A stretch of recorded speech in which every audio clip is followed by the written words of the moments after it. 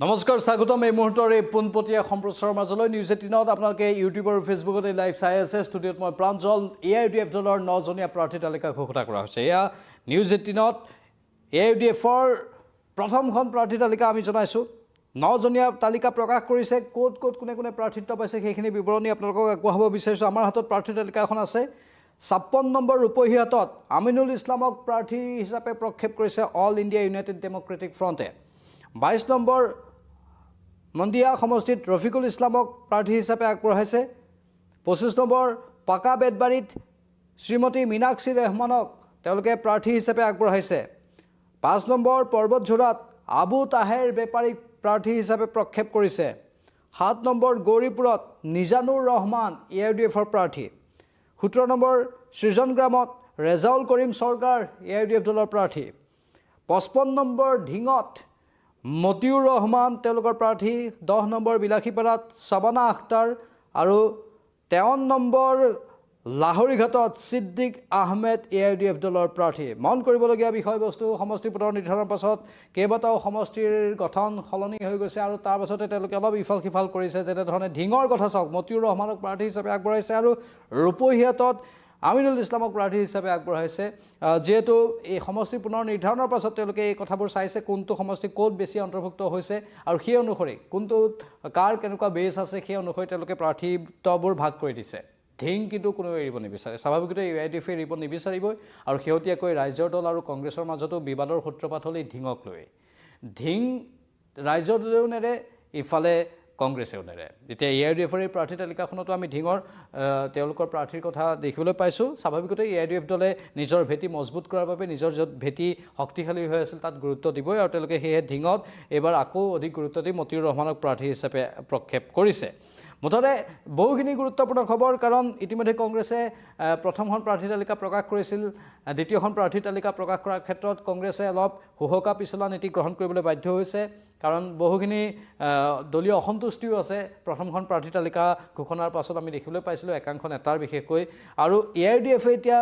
নিজৰ প্ৰাৰ্থী তালিকা প্ৰকাশ কৰিছে আৰু আজি মুখ্যমন্ত্ৰীয়ে কৈছে যে বিজেপিয়ে 15 বা 16 মাৰ্চত প্ৰাৰ্থী তালিকা ঘোষণা কৰি দিব আৰু তেওঁলোকে আটাইকেইজন বা আটাইকেইটা সমষ্টিৰ প্ৰাৰ্থী একেলগে ঘোষণা কৰিব ভাগ ভাগকৈ ঘোষণা নকৰে মানে এখনেই প্ৰাৰ্থী তালিকা হ'ব তাতেই বিজেপিৰ সকলো প্ৰাৰ্থী নাম গম পাব পাৰিব বুলি মুখ্যমন্ত্ৰীয়ে সদৰি কৰিছিল আৰু AIUDFৰ এখন প্ৰাৰ্থী তালিকা এই AIUDFৰ প্ৰাৰ্থী তালিকাখন প্ৰকাশৰ মাজতে আশৰাফুল হুছেইনে কিছু বক্তব্য আগবঢ়াইছে AIUDFৰ বিধায়ক আশৰাফুল হুছেইনে কি কৈছে AIUDFৰ নিলম্বিত বিধায়কে ক'ত গৈছে কাৰ লগত গৈছে আমাৰ বিচাৰ্য বিষয় নহয় যেহেতু অগপৰ সৈতে তেওঁলোকে যোগাযোগ স্থাপন কৰি আছিল সেয়েহে এই কথাটো উল্লেখ কৰিছে যে AIUDFৰ নিলম্বিত বিধায়কে ক'ত গৈছে কাৰ লগত গৈছে আমাৰ বিচাৰ্য বিষয় নহয় ইয়াত AIUDFৰ কোনো হাত নাই যি সময়ত কংগ্ৰেছে বিজেপিৰ বিৰুদ্ধে যুঁজিব লাগিছিল সেই সময়ত কংগ্ৰেছে AIUDFৰ লগত যুঁজ দি আছে আমাৰ যুঁজ বিজেপিৰ সৈতে আমাৰ যুঁজ ন্যায়ৰ পক্ষত বুলি আশৰাফুলে কৈছে আমি শ্ৰমজীৱী মানুহৰ দল আমাৰ বাবে কোনো দলৰ যদি ভোট বেংক নষ্ট হয় আমি নষ্ট কৰিম AIUDFক কোনেও নিষেধ কৰিব নোৱাৰে বুলি উল্লেখ কৰিছে আৰু লগতে আন কেতবোৰ প্ৰসংগও আনিছে ৰাহুল গান্ধী গৌৰৱ গগৈ যদি ভাবে AIUDFৰ বাবে আমাৰ দল ধ্বংস হৈছে আমি AIUDF ভংগ কৰি দিম কিন্তু তেওঁলোকে প্ৰতিশ্ৰুতি দিব লাগিব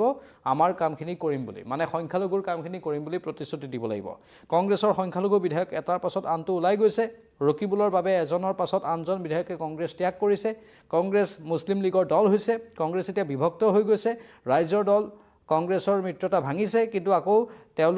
তেওঁলোকৰ মিত্ৰতা হ'ব মিয়া বিবি লগ হ'ব সন্তান জন্ম হ'ব ঠিক এনেধৰণৰ কথাবোৰ যিবোৰ আশৰাফুল হুছেইনে এতিয়া সদৰি কৰিছে মুঠতে এটা বিষয়বস্তু মন কৰিব এইবোৰ কথাৰ কটাকটি বোকাচতীয়া ৰাজনীতি এইবোৰ প্ৰসংগটো গুৰুত্বপূৰ্ণভাৱে উত্থাপন হৈয়ে থাকে নিৰ্বাচনৰ এইখিনি সময়ত স্বাভাৱিকতে কংগ্ৰেছ আৰু AIUDF দলৰ মিত্ৰতা যিহেতু নহ'ল AIUDFে অৱশ্যে চেষ্টা কৰিছিল কিন্তু তেওঁলোকে কংগ্ৰেছে মিত্ৰতা কৰিব নিবিচাৰিলে যাৰ ফলত AIUDFে একলা চলো নীতি গ্ৰহণ কৰিলে মানে বিৰোধী ঐক্যত AIUDF নাই AIUDFে অকলে নিৰ্বাচন খেলিব আৰু তেওঁলোকে যিকেইটা সমষ্টিত নিৰ্বাচন খেলিম বুলি ভাবিছে তাত কোনো দলৰ সৈতে তেওঁলোকে মিত্ৰতা নকৰোঁ বুলি স্পষ্ট কৰি দিছে আৰু সেয়েহে প্ৰথমখন প্ৰাৰ্থী তালিকা তেওঁলোকে ঘোষণা কৰি দিছে আৰু প্ৰথমখন প্ৰাৰ্থী তালিকা ইতিমধ্যে আমি আপোনালোকক জনালোঁ কেইবাটাও বিশেষ বস্তু আপোনালোকে মন কৰিব কেইবাজনো প্ৰাৰ্থী আমিনুল ইছলাম ঢিঙৰ প্ৰাক্তন বিধায়ক আৰু ৰূপহীহাটৰ পৰা এবাৰ তেওঁ নিৰ্বাচনত অৱতীৰ্ণ হ'ব স্বাভাৱিকতেই সমষ্টি পুনৰ নিৰ্ধাৰণৰ পাছত কিছু তেওঁৰ য'ত ভেটি অধিক শক্তিশালী সেই সমষ্টিবোৰ তাত পৰিছে যাৰ বাবে তেওঁ ৰূপহীহাটৰ পৰা নিৰ্বাচন খেলিব মন্দিয়াৰ পৰা ৰফিকুল ইছলাম প্ৰাৰ্থী হিচাপে আগবাঢ়িছে বা তেওঁক আগবঢ়াই দিয়া হৈছে AIUDF দলৰ তৰফৰ পৰা। আৰু ধিঙৰ প্ৰসংগ আমি পুনৰ ক'ম, কাৰণ ধিঙক লৈ যুঁজখন বৰ বেছিকৈ লাগি থকা আমি দেখিবলৈ পাই আছোঁ। এতিয়া ধিং যি ৰাজনৈতিক দলেই নহওক, যিসমূহ ৰাজনৈতিক দলে সংখ্যালঘু সমষ্টিত নিজৰ ভেটি শক্তিশালী বুলি ভাবে বা তাত বেছি ভোট পাম বুলি ভাবে, সকলোৱে এতিয়া ধিঙক এৰিব নিবিচাৰে। ধিং এতিয়া ৰাইজৰ দল আৰু কংগ্ৰেছৰ যুঁজৰ অন্যতম কাৰণ, যি বিবাদৰ ফলতেই তেওঁলোকে মিত্ৰতাত থাকিব নোৱাৰিলে বা তেওঁলোকৰ মিত্ৰতাত ফাট মেলিলে। সেই ধিং সমষ্টিৰ AIUDFৰ প্ৰাৰ্থী হৈছে মতিউৰ ৰহমান, ইফালে ৰূপহীয়াতৰ AIUDFৰ প্ৰাৰ্থী হৈছে আমিনুল ইছলাম। ইফালে মন্দিয়াৰ কথা ইতিমধ্যে ক'লোঁ, ৰফিকুল ইছলাম। 25 নম্বৰ পাকা বেতবাৰীৰ শ্ৰীমতী মীনাক্ষী ৰহমানে প্ৰাৰ্থিত্ব লাভ কৰিছে। 5 নম্বৰ পৰ্বতঝোৰাৰ আবু তাহেৰ বেপাৰীয়ে প্ৰাৰ্থিত্ব লাভ কৰিছে। আবু তাহেৰ বেপাৰীৰো কিছু সক্ৰিয় ৰূপ আমি বিগত সময়ত দেখিবলৈ পাইছিলোঁ। আবু তাহেৰ বেপাৰীয়ে কংগ্ৰেছ ত্যাগ কৰি AIUDF দলত যোগদান কৰিছিল আৰু স্বাভাৱিকতেই আবু তাহেৰ বেপাৰীয়েও বিগত সময়ত বহু বিস্ফোৰণ ঘটাইছিল। আবু তাহেৰ বেপাৰীয়ে কৈছিলে অখিল গগৈৰ প্ৰসংগ যে অখিল গগৈক বিশ্বাস কৰিব নালাগে। আবু তাহেৰ বেপাৰীয়ে এই কথাটো তেতিয়া কৈছিল যেতিয়া অখিল গগৈয়ে সংখ্যালঘু সমষ্টিবোৰত গৈ সংখ্যালঘুৰ ত্ৰাণকৰ্তাৰ ৰূপত নিজকে প্ৰতিষ্ঠা কৰিবলৈ চেষ্টা কৰিছিল। তেতিয়া আবু তাহেৰ বেপাৰীয়ে অখিলৰ প্ৰসংগ সজোৰে উত্থাপন কৰি কৈছিল যে অখিল গগৈক ভুলতো বিশ্বাস কৰিব নালাগে, কাৰণ অখিল গগৈয়ে ঘৰিয়ালৰ চকু পানী টুকে আৰু অখিল গগৈয়ে আচলতে সংখ্যালঘুৰ শিৱসাগৰত বিৰুদ্ধাচৰণ কৰে আৰু যিবোৰ সংখ্যালঘু সমষ্টি আছে বা সংখ্যালঘু অঞ্চল আছে তাত গৈ সংখ্যালঘুৰ ত্ৰাণকৰ্তা ৰূপ দেখুৱায়। কিন্তু যেতিয়া শিৱসাগৰত মিয়াৰ প্ৰসংগ আহে বা সংখ্যালঘুৰ প্ৰসংগ আহে তেতিয়াই অখিল গগৈ বিৰুদ্ধাচৰণ কৰে বুলি এইগৰাকী আবু তাহেৰ বেপাৰীয়ে সদৰি কৰিছিল। আৰু সেইগৰাকী আবু তাহেৰ বেপাৰীয়েই 5 নম্বৰ পৰ্বতঝোৰা বিধানসভা সমষ্টিৰ এইবাৰ AIUDFৰ প্ৰাৰ্থী। ইফালে গৌৰীপুৰ 7 নম্বৰ গৌৰীপুৰ বিধানসভা সমষ্টিৰ প্ৰাৰ্থী হৈছে নিজানুৰ ৰহমান। 17 নম্বৰ সৃজনগ্ৰাম সমষ্টিৰ প্ৰাৰ্থী হৈছে ৰেজাউল কৰিম চৰকাৰ। 55 নম্বৰ ধিং সমষ্টিৰ প্ৰাৰ্থী মতিউৰ ৰহমান ইতিমধ্যে ক'লোঁ আমি। আৰু 10 নম্বৰ বিলাসীপাৰা সমষ্টিৰ চাবানা আখতাৰ আৰু লক্ষণীয়ভাৱে 53 নম্বৰ লাহৰীঘাট সমষ্টিৰ প্ৰাৰ্থী হৈছে ছিদ্দিক আহমেদ। যি কি নহওক, ছিদ্দিক আহমেদৰ প্ৰসংগ বিগত সময়ত আমি দেখিবলৈ পাইছিলোঁ। ছিদ্দিক আহমেদে তেওঁৰ মনৰ কথাও ব্যক্ত কৰিছিল আৰু ছিদ্দিক আহমেদে কেনেধৰণে গোটেই নিৰ্বাচনী প্ৰেক্ষাপটত এক অন্য ভূমিকা লৈ আছিল সেয়াও আমি দেখিবলৈ পাইছিলোঁ। যি কি নহওক, প্ৰাৰ্থী হিচাপে যিহেতু AIUDFে ঘোষণা কৰিছে আৰু এই প্ৰাৰ্থী তালিকাখন প্ৰথমখন প্ৰাৰ্থী তালিকা বুলি AIUDFে উল্লেখ কৰিছে। ইয়াৰ পাছত আৰু এখন প্ৰাৰ্থী তালিকা তেওঁলোকৰ ওলাব, কিন্তু তেওঁলোকৰ এটাই কথা যে